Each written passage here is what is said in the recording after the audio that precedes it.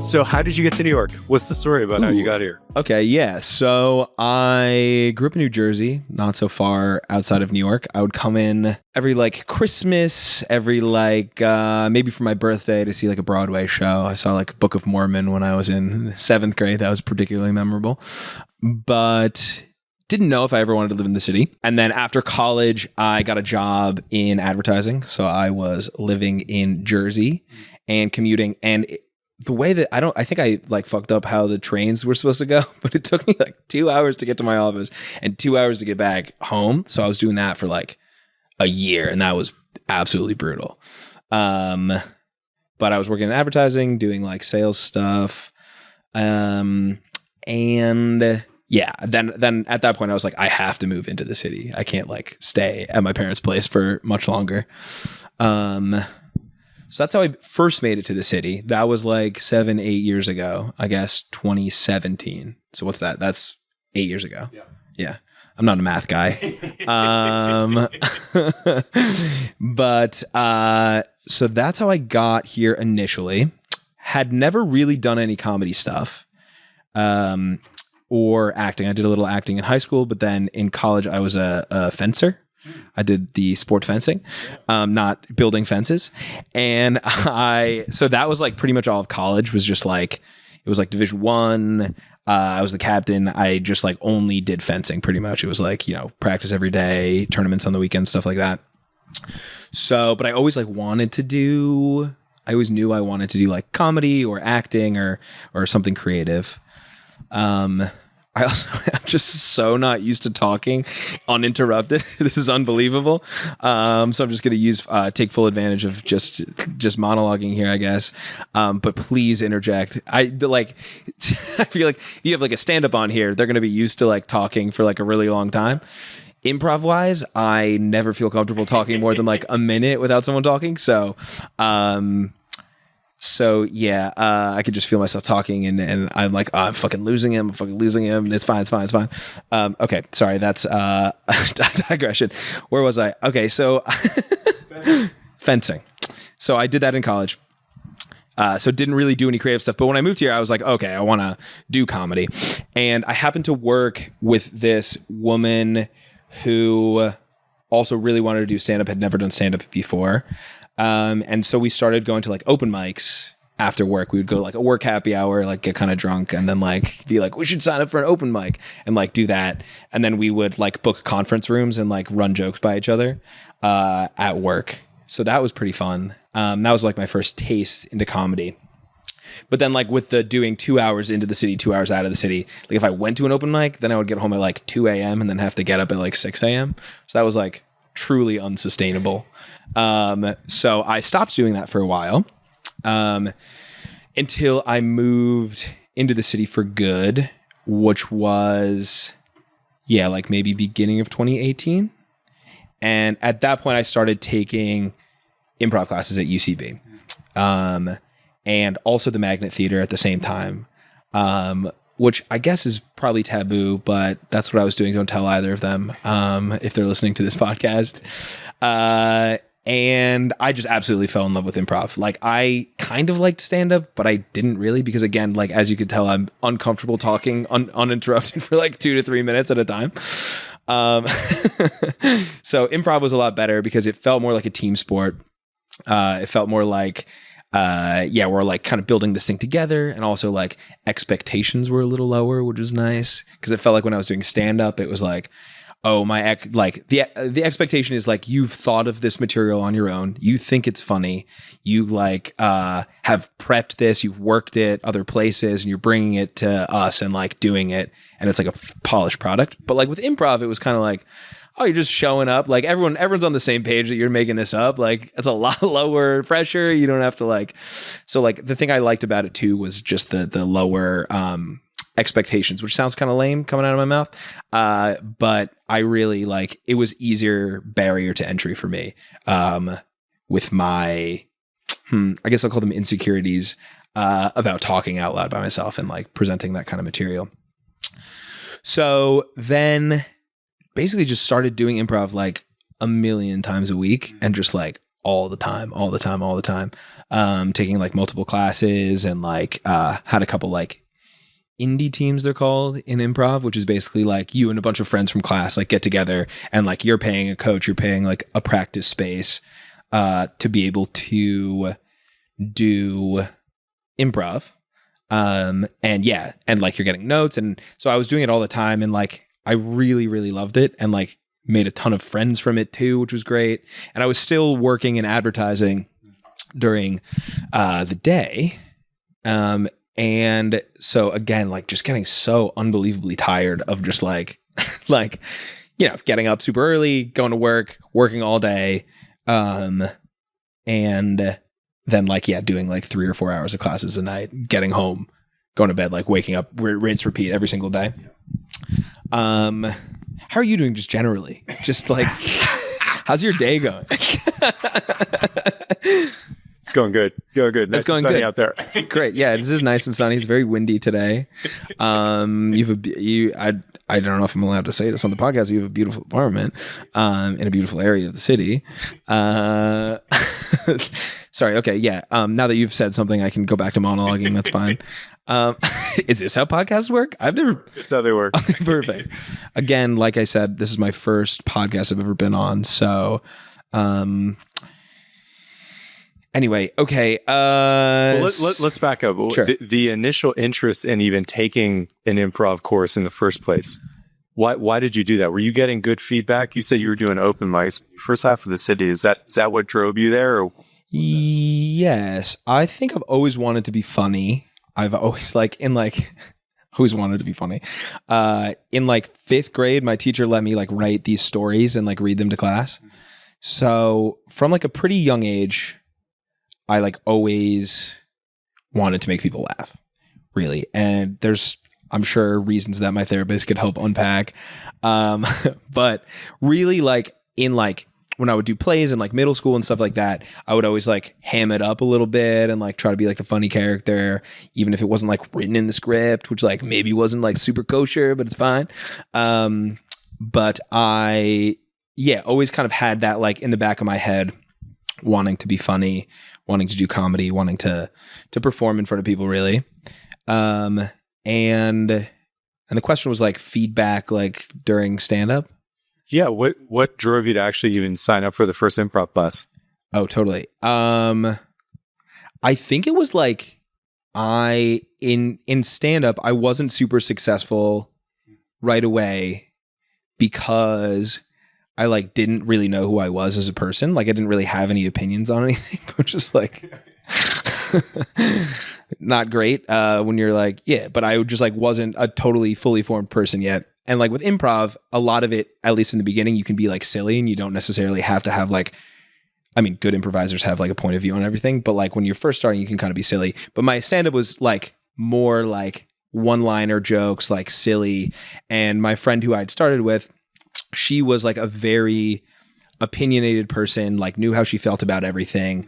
And kind of seeing that, I was like, I don't know if I'll ever be like, have like such a unique point of view as she does, really.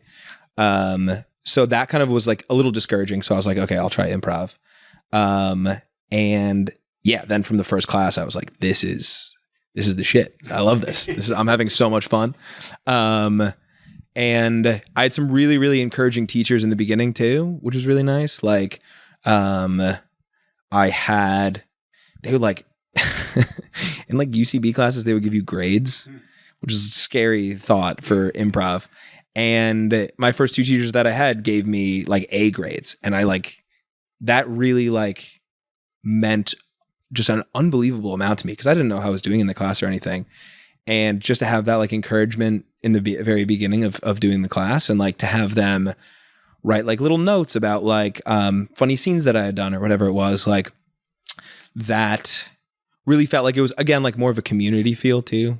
I'm sure you'll hear this from other people, but too, like stand-up can feel very insular because everyone's like doing their own act and like kind of focused on their own act. And like improv is a lot too about like creating something together and like making friends and like building a community. And like with UCB and with the Magnet, there was a lot of community, which felt really nice.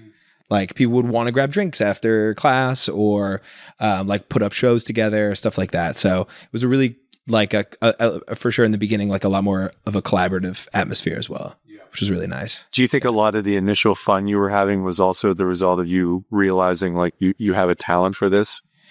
Yeah, maybe a little. I think I was getting like laughs in the first class, which felt like really good because I love making people laugh. And yeah, so maybe it was like a little bit of an unrealized. I think if I was meant to do stand up, I would have been like pretty good at it like right away. And I don't think I'm meant to do it. But improv, yeah, it felt pretty good from the beginning. So feeling good, I guess, yeah, that in anything, I'm sure like even if it's like a subject in school, when you first start it, like if you feel good about it right away, then I feel like you're probably meant to do that for a while. Yeah. At least. Yeah. What, in your experience, like what makes someone excellent at improv? What are the qualities you've noticed people tend to have that make somebody get A grades? Totally. Well, my favorite thing to watch is someone who is just like unbelievably unique person. Like where you're watching them and you're like, my brain could never think of the thing that you've just thought of. Yeah. And that type of unique person is like, yeah, just something that's so fun to watch and like so exciting to see. And it feels like in improv, like there are people that can like make me feel like I'm like almost like floating above the room watching them, or like it can be that way in stand up too, for sure. But like with improv, it's just like so in the moment and you feel like you as an audience member are like watching them create something like insane. So like unique point of view. And then also what I love watching and something that I really admire in people is like the ability to just commit like 100%. So like people that can, just like feel 100% emotion and still be saying the funniest thing you've ever heard, but they are that character. They are that like 10 out of 10 emotion. Like, that type of person is unbelievably good at improv. And then there's also like the unheralded skill of improv too, is like being able to frame exactly what's going on and like show the audience and show your teammates like what the scene's about, or like what the scene is. And so also like what can make somebody a really good improviser is someone who's really smart at kind of like organizing all the information, the raw information that those people who are really committed or really unique, organizing all of that into something that like makes sense too. So there's like kind of like different types of improvisers. And then to make a really good team, you need like a couple people of all the different kinds of improvisers. So like people who are so unique and like creating all this like raw material basically. And then also like people who can like mine that raw material and like smelt it and like create this like beautiful, I don't know, bronze vase or whatever. So I think like, yeah, with improv, it's like a couple different things, but so you were getting a good early feedback, and now here we are many years later and you're performing there. Yeah. How did that happen? So that show that you saw particularly was just a buddy that I met in a class, maybe like 2020. And he has a regular show at UCB. And he just asked me to do it. So like every month or so I'll perform there with that show. I also like the first I guess like success I had was I got cast on this team at Asylum, which is like no longer really a comedy theater. They mostly do like off-Broadway plays, but it was in the old UCB. So like the first time I had gone to a show was in Chelsea at UCB, and then UCB kind of moved out of there, and then this new theater moved in, which is called Asylum, and I got cast on this like house team there basically, and that was the first time. I think up to that point I had been doing improv for 5 years, 4 years, 5 years, and no one had ever like besides like teachers being like, you're pretty good, like no one had ever cast me on anything before.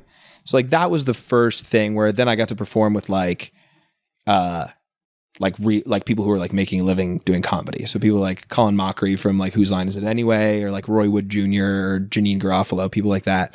So just to be able to like interface with those people was crazy.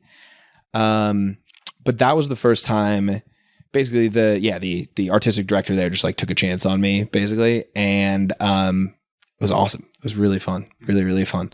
So that was from that, like, I feel like other things have stemmed from that, like knowing the people that I did that show with, has like, I guess led to where I am now. Yeah. Are you pretty committed to continuing this for the foreseeable future? I mean, just in the conversations I've had for this new show, it seems like typically people feel like they're tapping into something fundamental about themselves when they commit themselves to an art form of some kind. Is that something you identify with? Yes. So repeat the question. Just that people tend to, it's difficult to persist in any artistic endeavor, especially in a city as expensive as New York. And the people that I've met tend to feel like they don't really have a choice. This is just kind of who they are in whatever field they're pursuing. Yeah, man. A lot of them are comedians. Totally. Is that something that resonates with you? Oh gosh, yeah. Because I feel like I've tried the other way.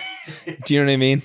Like some people, I feel like if they come right out of college and they do, comedy or acting, and they haven't tried the 9 to 5, it can feel like, oh, maybe I should have been doing that all along. But for me, I did try that for like 5 years, and like I can't do it. Like I really, I tried so hard. I tried to be able to do it. And I mean, I might go back to it one day, but I do feel like you said, it's like a thing where I don't think I'll ever be able to stop doing it. So it's like, yeah, I now I'm also trying to do acting. So I'm in acting school. And so like the combo of doing improv a bunch and then also doing acting school has been very interesting because they're like slightly different skills. So I'll always want to be performing. Improv also is like the thing that just when it's happening, like no time's passing for me, or like, so I could do improv for like an hour and afterwards I feel like much more energized. Versus every other activity in my life, I feel like if I did for an hour, including this podcast, just kidding, I'd feel like absolutely drained afterwards. But so in that sense, I feel like also self-esteem wise, like I feel that if I don't do improv for a while, I start to feel not as good about myself, because I feel like that's a thing that I've built all these skills in.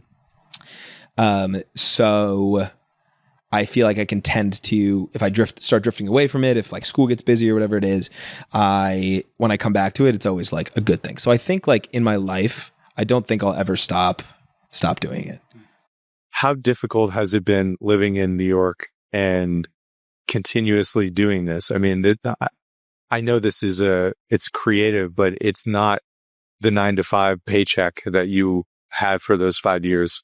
Well, how difficult has that transition just been, financially for you to make a living here, to make it work? Totally. So I said I'd been doing advertising for like 5 years or so, had like a good amount of savings from that. And then kind of I don't think I mentioned this yet, that I did like a mini pivot. So I pivoted from advertising to like online video or online production. So I worked at BuzzFeed for like a year, like making videos for them. And that was like less salary, obviously, but like still sustainable. And then I worked like in TikTok production again for a while and like had a salary from that. So I've had pretty much a salary until like the last like year.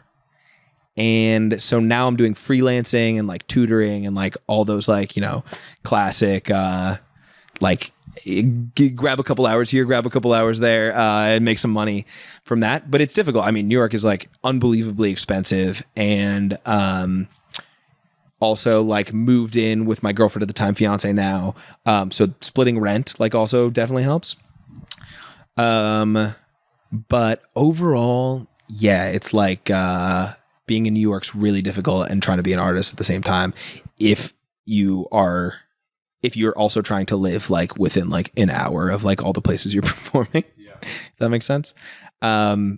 So money wise in flux, I would say now. I'll like definitely know better when I like graduate school and like figure that out. But it's tough, man. Anybody who's doing that in the city and like living here and also trying to pursue like art, it's like props, like hats off, because it's super difficult.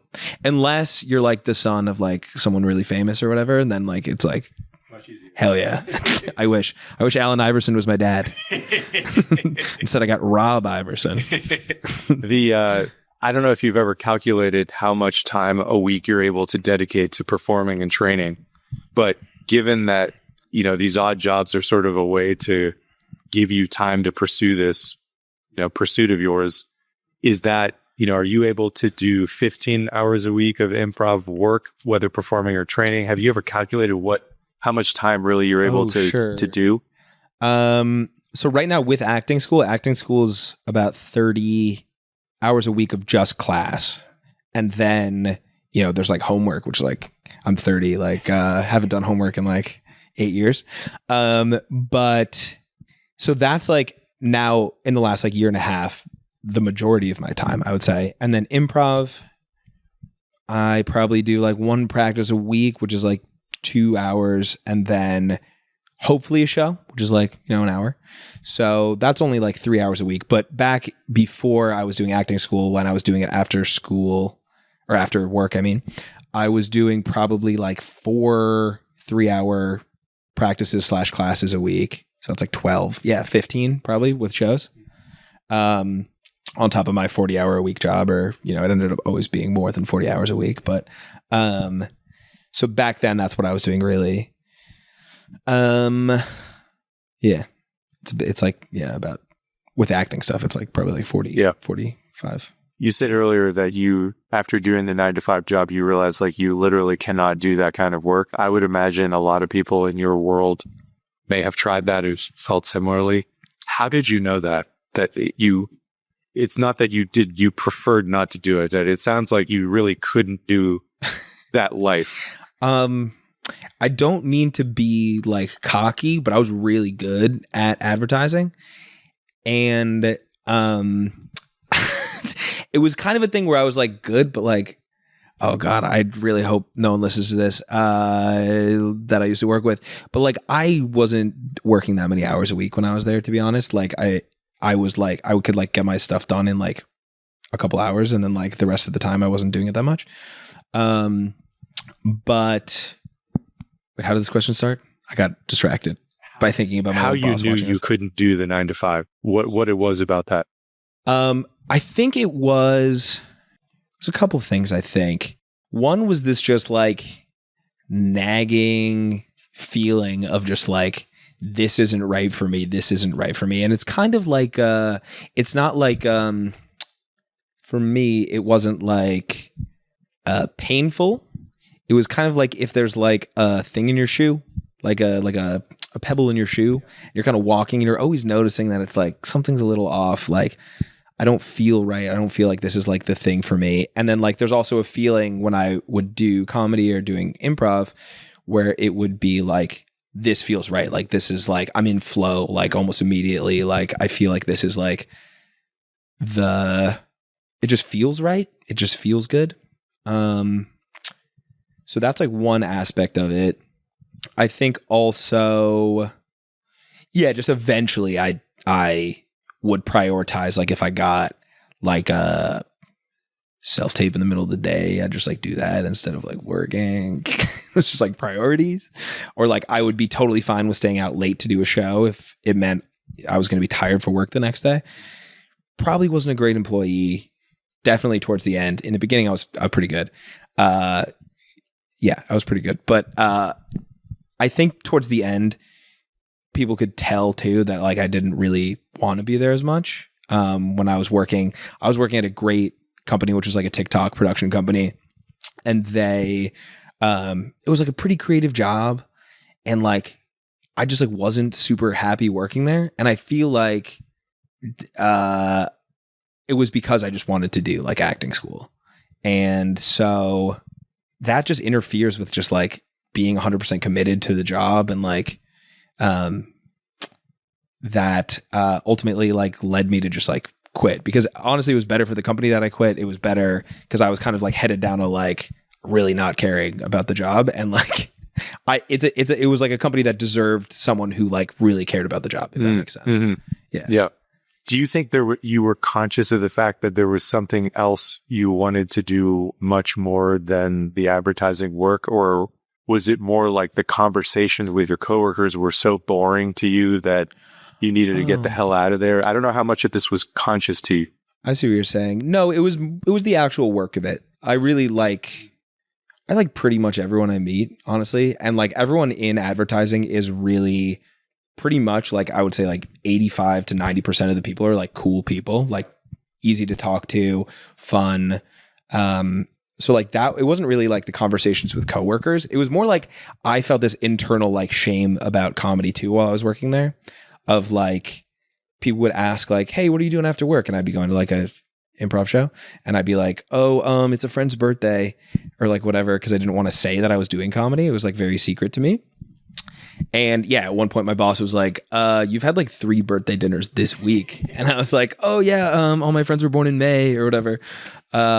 So yeah, I don't know. There definitely like some internalized thing where like I think people would have been cool with me telling them that I did improv, but like I just really didn't want people to know about it, or like I was like very secretive about it, wouldn't post about it on like social media and stuff like that too. And again, another thing for my therapist to unpack probably about like why I didn't tell anybody. But that's also how I knew it probably wasn't the right group of people to be around constantly, because if you can't like tell, if you're like dating someone, or like if it's your coworkers and you can't tell them about what you do every night, it's like, don't be with that person. Don't be with that company. So it wasn't necessarily the conversations, like everyone was really nice and like fun, but just like I felt like I wasn't myself around people at work. So yeah, that's, I feel like ultimately why, another reason why it doesn't feel right is like pretending to be someone else. I don't know that many advertisers with people in advertising, but my best friend is in that world. And I went to his birthday party a couple years ago. Still, people are in advertising. And one of the things I remember from that afternoon was how much they were all seemingly extremely creative and complaining the entire time about their work.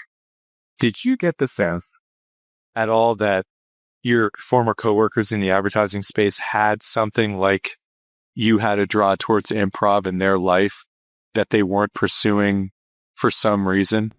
Yeah, I think personally, I majored in like finance stuff. And to me, like advertising seemed like a creative version of doing like finance, or like business, or like, you know, like the correct thing to be doing, whatever. Again, like a thing. But so I think like a lot of people, at least that I met, were drawn to advertising because it seemed like pretty creative. And I think, yeah, a lot of the people I talked to were really creative. And like, you know, I just remember like a year and a half in, my boss, we had this like, was it like a retreat almost? And like, the guy doing the seminar was like, oh, does anybody have any secret talents? And my boss was like, yeah, I draw. And I was like, whoa. And then she was unbelievable at drawing. Like she was so good at drawing. And I was like, whoa, that's like a latent skill that I've never heard you talk about or do. But like, I think a lot of people in advertising are super creative. And I met a lot of people in improv, like when I started doing improv, that were also like doing, advertising stuff. So I feel like it is a very creative industry. Happy birthday to your friend also. I'm so rude. I didn't say that. But yeah, I feel like generally it's a group of people who, I mean, I feel like a bunch of them were doing like artist's way and that kind of stuff too, trying to get creative stuff happening. But it was like a pretty creative group of people, I would say. Yeah. Yeah.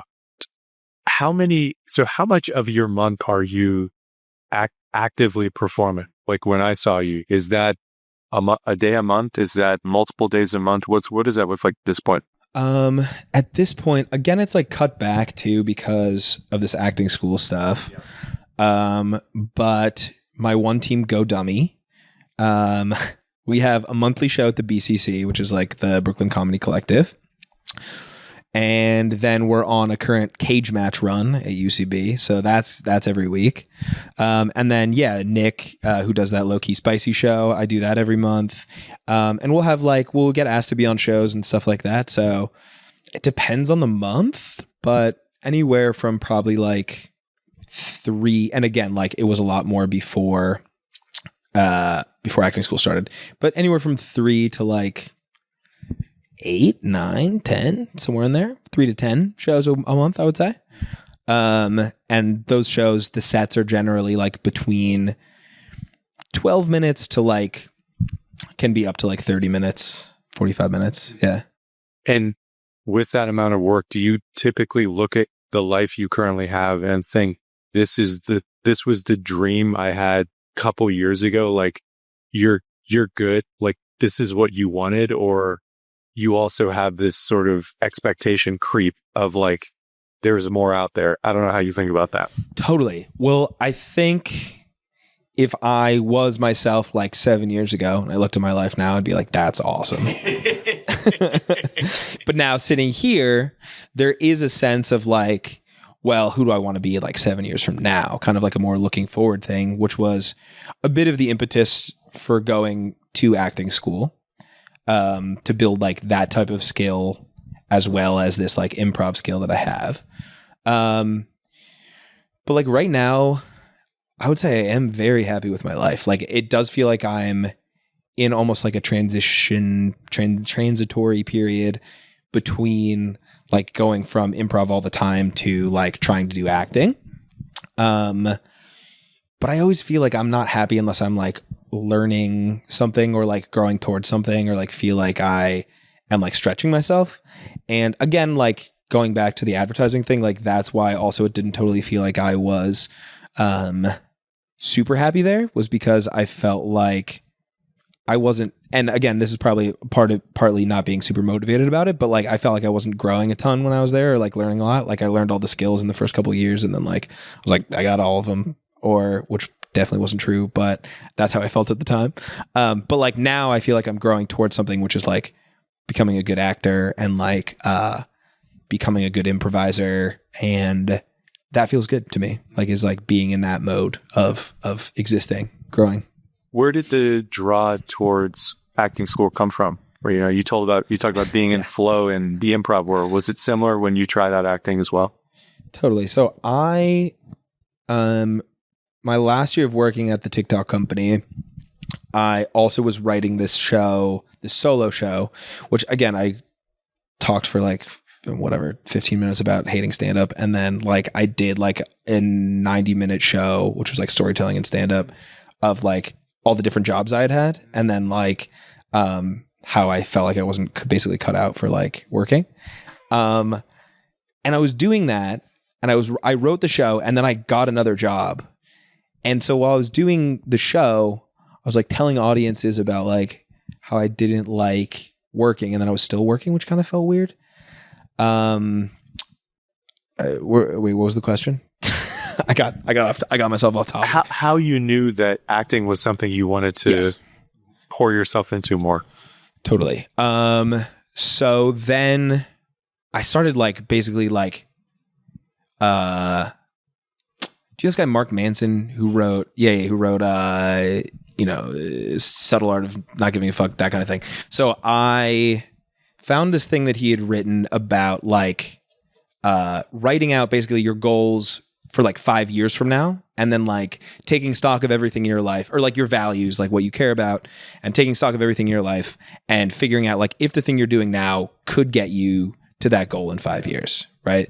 So I was like, okay, what's like a super stretch goal that I would have? And it would be like to like win like an Emmy or something like that, like win an Academy Award, something like that.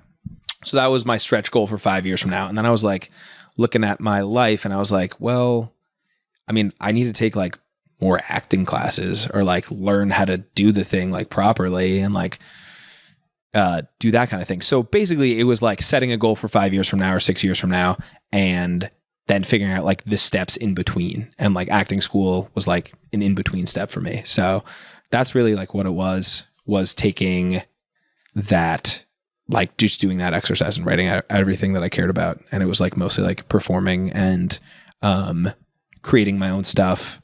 And had you gotten similar feedback from other people that you had some talent there, like you were getting that initial feedback in the improv world? Through acting? I would say acting is a lot more, the teachers are a lot more like withholding than in improv. Because in improv, you can kind of tell that you're doing well because everyone's laughing. Yeah.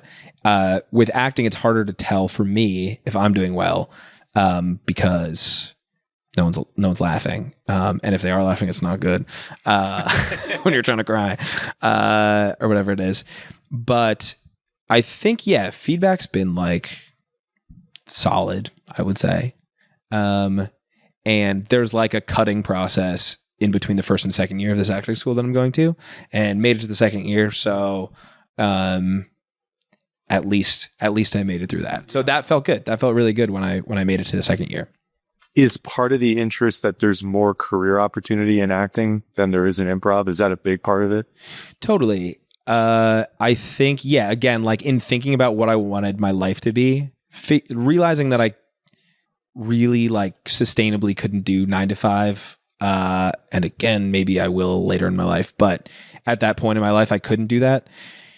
Then I was like, okay, well, improv isn't paying really. Like I was getting paid to do that one show, but that was like, I think like $50 a week. So it wasn't like, obviously you can't pay rent on $50 a week.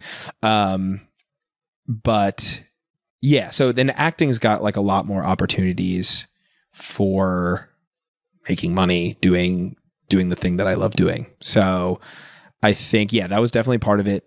And also, but I think also like if I never make any money doing acting, like I'll still be fine and like still like doing it. So, or if I never like make it, I'll still enjoy doing acting or still enjoy doing improv and like figure out how to make money from there. But yeah, I feel pretty good about the acting stuff. I also just I haven't talked this much in so long. Like I'm on a couch too. Like really does feel like a therapy session. I've gone to probably a half dozen UCB shows in the last month, and they're awesome. I love them all. Do you know what like the ceiling is on the people that I've seen there, what they're making a month? Like you just said $50 a session. Oh, well, I think a lot of them like supplement their income via doing like teaching or commercials or other revenue streams like that. I think in New York, and I could be wrong after the pandemic, but I don't think I am. I don't think it's like super sustainable to just be performing improv and like make money. But like the goal ultimately like would be to have enough of a draw to do like the Ben Schwartz situation where he's like selling out like Radio City or like the Beacon Theater, doing improv shows, which is awesome. And I don't think anyone's ever done that before besides him. So he's kind of like the first one doing it. Talk to me about him. I don't even know that name. Oh, Ben Schwartz. So if have you seen like Parks and Rec? Sure. I know the name. I probably seen an episode, but okay. Yeah. Ben Schwartz he's like the voice of Sonic the Hedgehog now. I think that's maybe his most famous thing, but he's like, an actor, but he's an unbelievable UCB improviser, for a really long time. And he's kind of then like through acting kind of got, well known and like famous, and then now he's kind of going back to improv and like basically selling out like pretty big theaters with improv, which like stand-ups can do like now at this point, like arenas or like I'm sure Kevin Hart could do like Giant Stadium or whatever. But improv really like has never had that kind of clout or like recognition. And Ben Schwartz is like basically playing Radio City for the first time, like that improv's ever been performed there, or like places all around the country that are like bigger. So like, I think there's also, he's just like, he's awesome. He's so funny too. He's just like unbelievably silly and wacky and fun. He has a Netflix special as well. And he does those shows by himself? He does those shows with like 3 or 4 friends. So they'll like interview the audience, get like like a little story, and then they'll just build out like a long form improv set. Just it's awesome. There's some videos online too. Recommend him highly. He's great. I feel like stand up is also very curated. So I feel like the powers that be can see a stand up set and then see if it's funny basically, and then like allow it to go online or not, if that makes sense, like on Netflix or HBO or whatever. Improv is different every time. So it's like, so I feel like I've heard, this is just from like listening to people on podcasts like this one. But it's like improv is a tougher sell because you don't know necessarily like if it's going to be good. Like you can't ever guarantee that it's going to be good. And I think you can guarantee that. Like the people who are really, really good at improv can do a really good set every single time. Like, but it's like a bit of a harder sell just because you can't like say this is the type of material we'll be doing or whatever. But I think like if there's enough people that kind of do like a Ben Schwartz style like crossover back into improv, the people that love improv so much that they'll go back to it, I feel like there is a potential for it to be pretty big. And I feel like at this point, a lot of people have taken like at least one improv class, so they can kind of relate to how it feels. And I think just like there is like a really good stand-up show is awesome. But like the feeling of like a transcendent improv set to me just feels like the best feeling in the world, because like you're the only one that's seeing it, you know, like you're in the room that it's happening in, and like stand-up is like they do the jokes like a million billion times, right? And improv is like you're seeing the first and only time it's ever going to happen, which I think adds just like a little bit of magic to it that is just, for me, makes it just like the best to watch and to perform.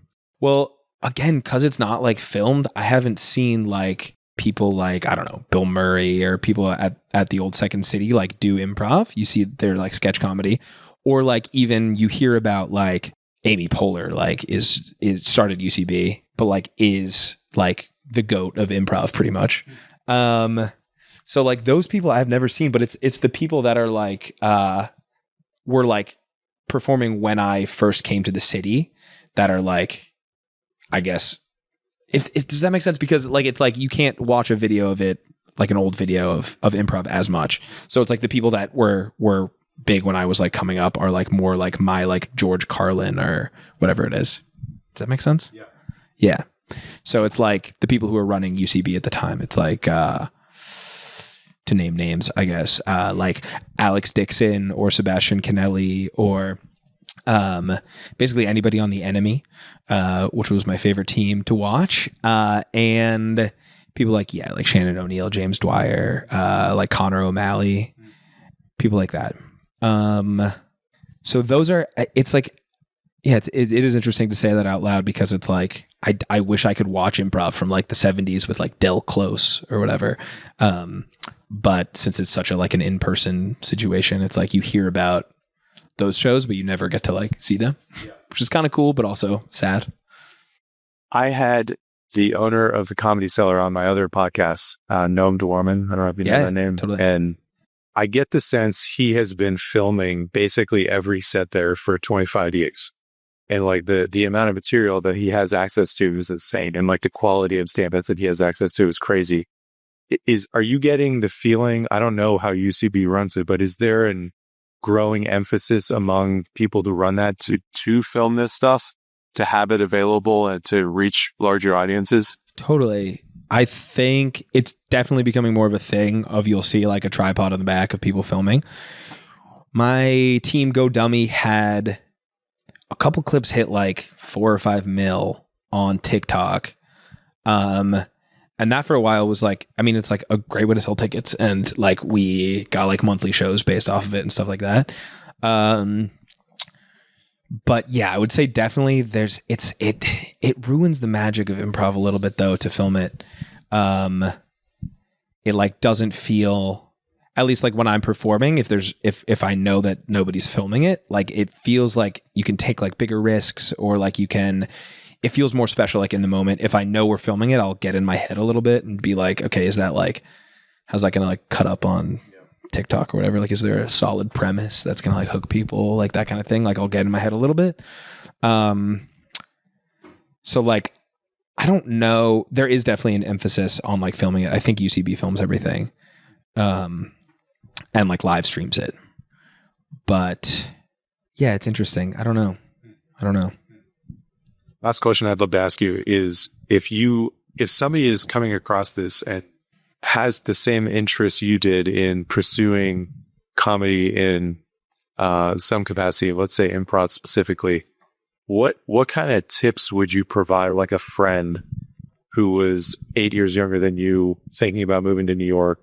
What did you learn in the process of becoming, more of a part/full-time artist in the city, of how you can make that real? I'm guessing people have probably asked you that previously, but what kind of advice do you give? What kind of recommendations do you give? So this is my first time on a podcast, so no one's ever asked me that before. And it's a great question because I feel like in knowing every single one of my friends that's also pursuing the same thing, like no one person has the same story as another person. Like nobody has like work at this type of thing and then like do this at night. But I think like the best thing to do is like meet people who you like vibe with, really. Like if that's in stand-up, then you're going to enjoy doing stand-up because you get to go to all these open mics with your friends. If it's an improv, you're going to, enjoy being the times in between classes or like traveling to shows or like after shows as much as you're enjoying the shows. So I think like really it's about like finding people who you vibe with and then like doing stuff with them, like creating stuff with them. Whether it's like an improv show or whatever it is, like there's so much access to like, if you just email theaters, they'll just like let you make a show, which is crazy. They'll let you, as long as you like bring people or like, make sure that your friends like get really drunk, like watching the show, like buy a bunch of drink tickets or whatever. Like that's awesome. But really also like, I think if you're meant to be doing it, like you're going to find a way to do it. Like you're going to find a way to like, you're going to find a class that you enjoy. Like I gave up when I was doing stand-up. I was like, I guess I'll just never do comedy. And then like improv kind of just fell into my lap and like I signed up for that class and then, the rest is what it is. So like, I think just like, if you really want to do it, just do it. Like do it and see if you actually want to do it too. Because like, again, you could try something and you could build it up in your head for like 10 years that you like really, really want to do it, and you do it and you don't really like it. Yeah. That's great. You figured out that you don't really want to do that thing, which is awesome. So like find people that you really like, make stuff with them, and then like, 8 years will go by and you'll be sitting and doing your first podcast and with a guy who lets you just monologue and talk for the first time since you paid a therapist for the privilege of that. So it's great. If I could sneak in one last question, the difference between your experience as a stand-up and the experience you've had as an improv, was it really as simple as you just enjoy the improv so much more? Like it's just obvious internally that like one is more suited for you than the other. How did you know that's definitively to go in one direction versus the other? Yeah, I think improv doesn't really feel like work to me. And when I was writing jokes, it would be like I had to force myself to sit down and like write 10 jokes today. And like I think I'm sure that works for some people, especially if you're like writing a book or something. But for me, it was like I never had to try to motivate myself to go to an improv class or an improv show. I would cancel other stuff so I could do that. So I think like the emotional like level, or like the emotional barrier that it took for me to do that it takes for me to do improv is like so low. Like I would, again, like I for many years I just paid for the privilege to be able to like go to classes and like spent so much money doing that. And like yeah, I mean I'd pay to do improv. I love doing improv. And I think versus stand-up, like I honestly just like always thought of myself as like someone who would like doing stand-up, and I just don't think I did that much. I don't think I really did as much as I thought I would. So really for me, it came down to like, do I like this thing or not? And I love improv. And you could only know that by doing. You can only know that by trying. Yeah. I think. Again, like going back to Mark Manson, like he talks about how he thought he wanted to be like a rock star for a really long time, and like would always picture himself like on stage, but then it turned out he didn't really like carrying a guitar on the subway to like a gig, or like sitting down and actually writing a song.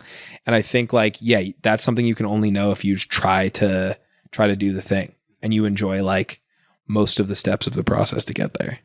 And so far enjoying all the steps. Yeah. Which is great. Tucker, thank you. Dan, thank you so much for having me.